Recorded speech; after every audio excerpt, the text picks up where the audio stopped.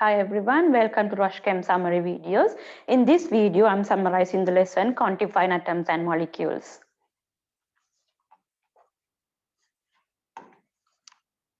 So first we will see how to calculate the relative atomic mass. So to find the relative atomic mass, we should know the relative isotopic mass of each element and their percentage. So if you see the equation here, relative atomic mass, AR is relative atomic mass, which is equal to relative isotopic mass of each isotope times by the percentage. So like that, so if there are 3 isotopes, what we do for each isotope, you take the relative isotopic mass, then you times by the percentage, and then you get the total, then divide by 100 will give you the relative atomic mass. So for example, if you take a sample of chlorine, there are 2 types of isotopes called chlorine 35 and chlorine 37. So these are the relative relative isotopic masses. And then this is the relative abundance or the percentage. So to find the relative atomic mass of chlorine, then I take each isotope, which is Cl35. So its IR value is 34.969 times by the percentage of it, or else times by the percentage abundance. Then plus take the second isotope, which its IR value is 36.966. Then you times by its percentage. Then you divide by, so add them together, then divide by 100. So that gives you 35.45 for chlorine. That's how we find the relative atomic mass of an element.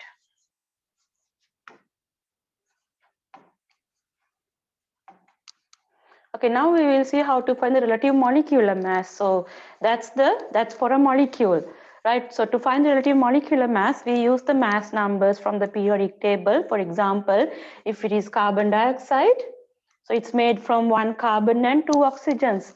So carbon's mass is 12, so 12.0 from the periodic table.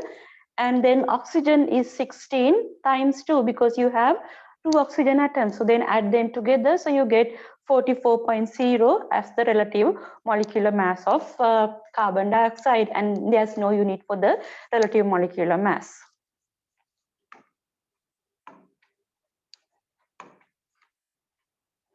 Okay, now we will see the mole concept. So what is a mole? So mole is a unit to measure the amount of substances. So if you have something 2, I say a pair, 12 is called a dozen. So like that, when I have 6.025235 times into the power 23, so that is equals to 1 mole. So for example, if you have this number of atoms, so then I can say it's equals to 1 mole of atoms. Or else if there is this number of stars, I can say that's equals to 1 mole of stars. So 1 mole is equal to this number, and this number is called the Avogadro's constant. Right, now I can say then mole equals to the number of particles divided by the Avogadro's number. So when I say number of particles, it can be any particle. It can be an atom, a molecule, or ion, electron, can be any particle. Then to find how many moles of that particle, you divide by the Avogadro's number. So we can use the formula then, moles equals to, so moles is small n equals to big N, or the capital N, divided by the Na here is the Avogadro's number. So we'll look at a question now.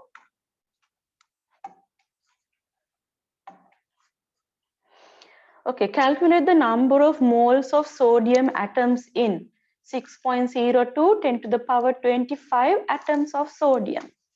Okay, so you are given how many atoms of sodium.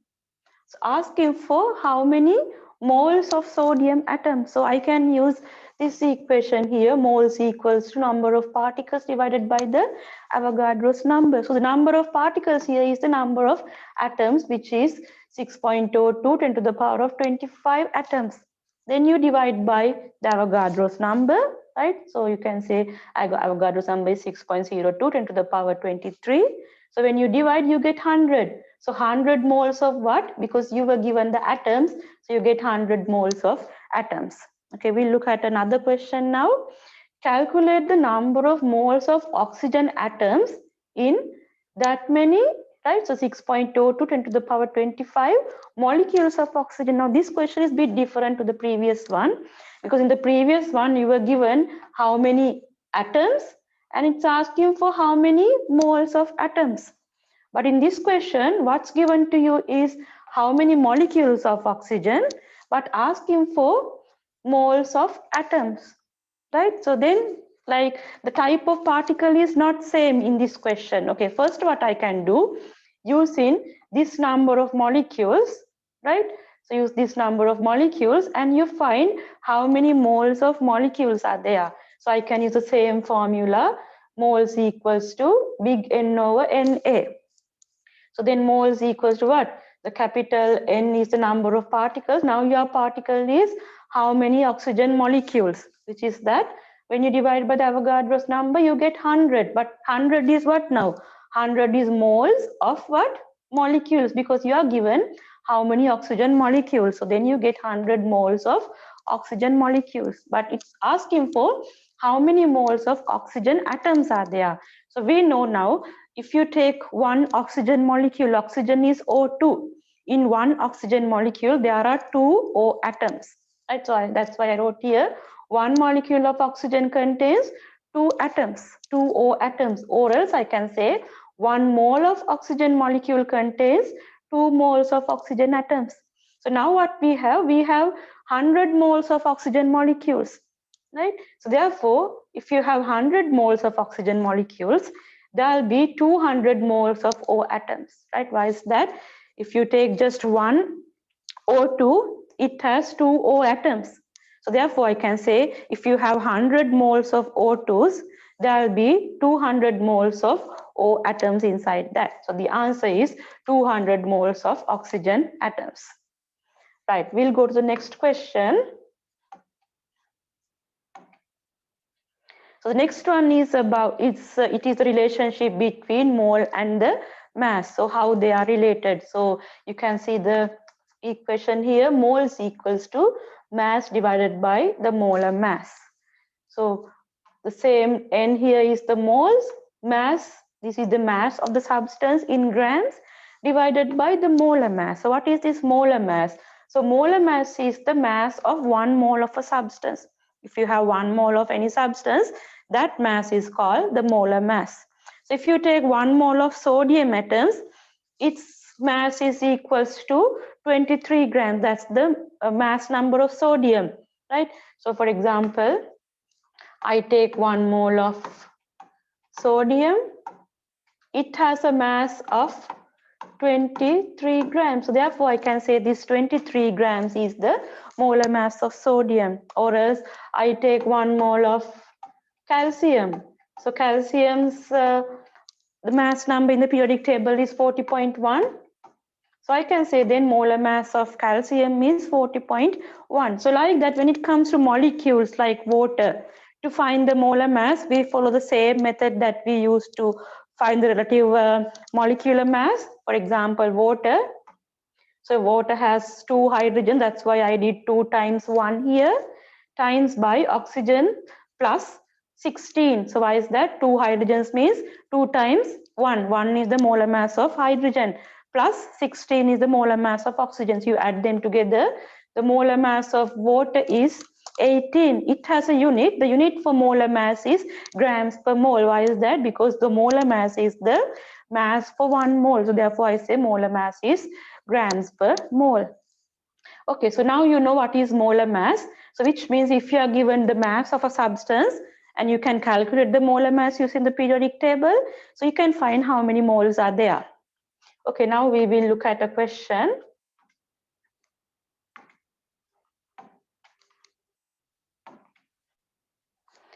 How many moles of water molecules are there in 350 grams of water? Okay, so now in this question, you are given 350 grams of water, which is the mass of water. So mass given, so I can use moles equals to mass over molar mass. So first find the molar mass of water. So you can use the periodic table and you get the molar mass of water as 18 grams per mole. So then find the moles equals to mass is 350 divided by the molar mass of water is 18. So you get 19.4 4 moles. So after that, it's asking, calculate the number of water molecules contained in this mass, right? So in these 350 grams of water, now it's asking how many water molecules are there. So find the molecules, because molecule is a number of particles. So you can use the formula moles equals to number of particles divided by the Avogadro's constant now, which means when you multiply these two together, you get the number of particles as moles times the Avogadro's constant. So now you have the moles, and you found the moles here, multiplied by the Avogadro's constant. So then you get how many molecules are there now.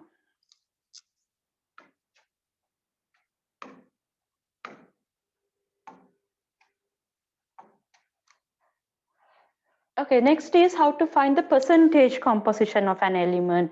So percentage composition is equals to, or else we say percentage mass of an element is equals to mass of element in 1 mole of that compound divided by the mass of 1 mole of the compound times by 100. For example, if you want to find the percentage by mass of sodium in sodium sulfate, so what I do, like see here, so percentage of sodium equals to, you take the mass of sodium, which is 23, times by 2. Why? Because in sodium sulfate you have 2 sodium atoms, you times by 2, then divide by the total molar mass of the sodium sulfate.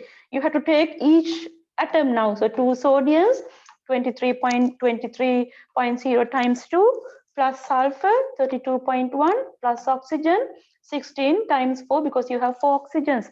That's the total mass, total molar mass. So this is the mass of sodium part only, divide by the total mass of the compound, then you multiply it by 100, will give you the percentage, right? So here, once you get the answer, you should multiply that by 100 to give you the percentage.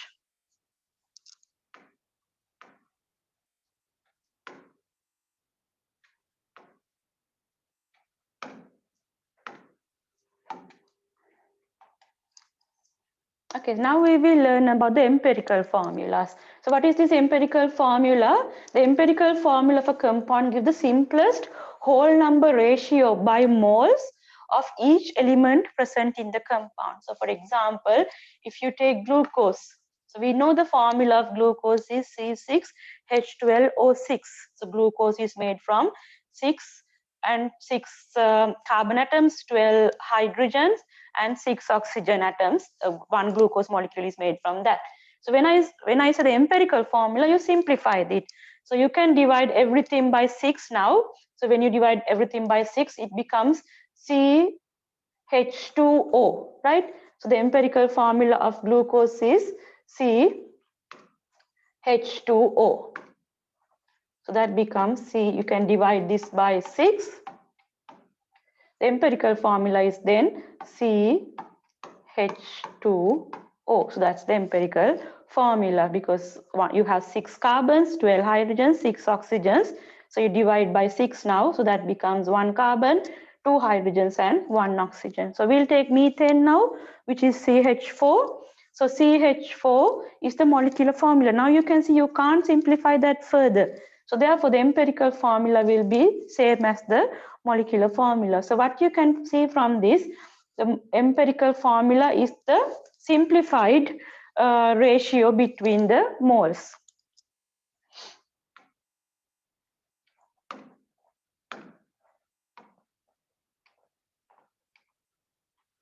Okay, then we'll see how to calculate the empirical formula if you have the masses or the percentages of each individual element. Okay, we'll look at this question here. A compound was analyzed and found to contain 13.5 grams of calcium, 10.8 grams of oxygen, and 0.675 grams of hydrogen. What is the empirical formula of the compound? Okay, so what I first do, I list down the masses. So what I have, calcium, oxygen, and hydrogen. So we record the masses first. So 13.5, oxygen is 10.8, hydrogen is 0.675. So after that, you find the moles of each element. So divide by the molar mass. We know moles equals to mass divided by the molar mass. So you get the moles of each individual element after dividing by the molar mass. So now we know the empirical formula is the simplest whole number ratio between the moles. Therefore, to get the simplest whole number ratio, what I do, I divide these numbers by the smallest number. So you can see from these numbers, the smallest is that. So each number, each value we divide by the smallest. So then you get 1, 2, 2. So obtain the simplest whole number ratio, which is 1 to 2 to 2. So therefore, I can say my empirical formula is Ca because 1 calcium, O2 because I have two oxygens, and H2, 2 hydrogens. Therefore, the empirical formula is CaO2, H2.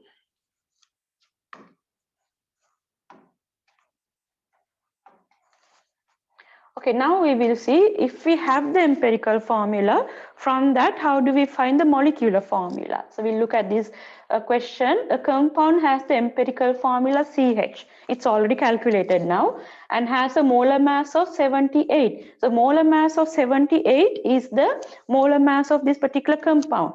What is the molecular formula of this compound? So now to find the molecular formula, we don't know how many times it is when you compare with the empirical. So how many empirical formulas are combined to make this molecular formula? So first thing is to find the molar mass of the CH unit. So CH is the empirical formula. You find the molar mass of that. So carbon is 12, hydrogen is 1. So you get 13 there. So then you see how many number of CH units in this molecule. So you know the molar mass of your compound is 78. So 78 divided by 13. So that is 6. So now your molecule is made from 6 units of empirical formulas. Therefore, the molecular formula is empirical formula, which is CH times by 6. So then I write C6H6. So my molecular formula is C6H6.